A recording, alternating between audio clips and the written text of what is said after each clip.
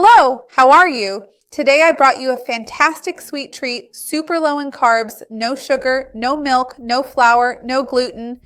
This dessert is wonderful if you live with diabetes, if you want to control your blood sugar, or if you want a healthier life. You're going to love it. No need to use the stove. It's ready really quickly, so stick around until the end because you won't want to miss it. So before we start, I want to ask you if you have the habit of eating sweets on a daily basis. And do you think that sweets necessarily have to be made with sugar? That's not true. I have lots of videos here with healthy sweets like this one, and I'll leave a playlist for them down below in the description to help you with your routine. If you can, go ahead and like the video. That's super important for me. This shows YouTube that you like the channel, that you trust and support my content. And take a look at the ingredients down below in the description to get all the ingredients with their quantities, and even the nutritional information for our recipe. The first ingredient I have here is roasted unsalted peanuts. I'm going to take these peanuts and blend them here in my food processor. I stopped talking because of the noise. I'm going to blend it in the food processor to make something like a slightly coarse peanut flour. Peanuts are fantastic because even though they have a bit of carbohydrates, they have a lot of fiber, protein, and healthy fats. So this lowers its glycemic index. The amount of net carbohydrates is well balanced for us to add to low-carb diets.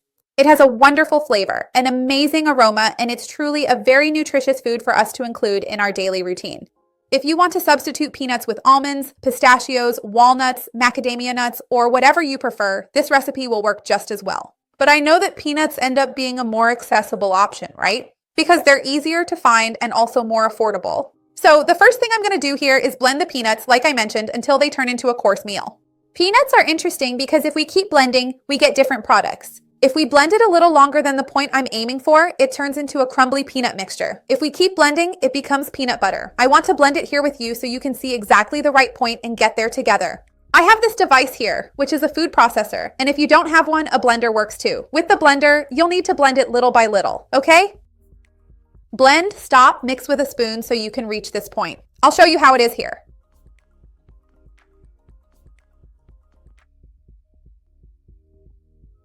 Look, so it ends up with this consistency here, like wet sand, so we can get the exact texture we want for our treat. Look, let me show you up close so you can see better how it turns out, see? Now I'm going to add the coconut milk. I even have a video on the channel teaching how to make homemade coconut milk. I'll leave it down below in the description for you.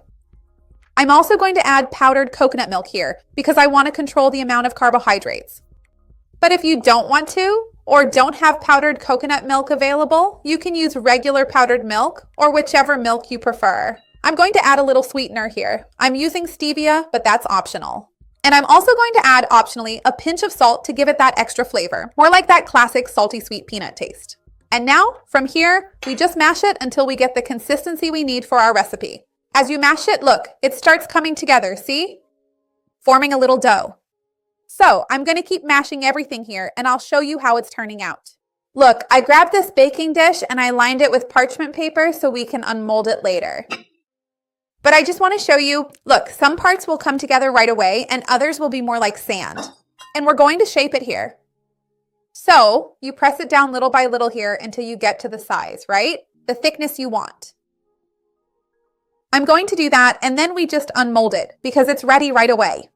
Super practical. Let me just smooth this out really well. I'll even grab this spoon here and I'll be right back. Look, we're all set here. I leveled it out nicely. You can see it there, right? Now I'm going to do the following. I mentioned before that you didn't need to put it in the fridge, but I'm going to put it in for about 15 minutes just to make sure that the peanuts will firm up a bit more so we can cut it and it'll look nice here. So I'll be back in 10 minutes and we'll continue from there.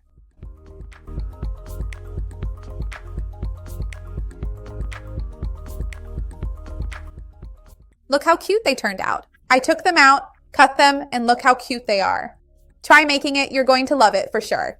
Remember to like the video. Besides being super important to me, it'll also help more videos like this reach you, more amazing recipes. Take the opportunity to share it with someone you know will like it or who needs it. Let's come together and grow this chain of kindness. That's what I want here with the channel. Let's try it.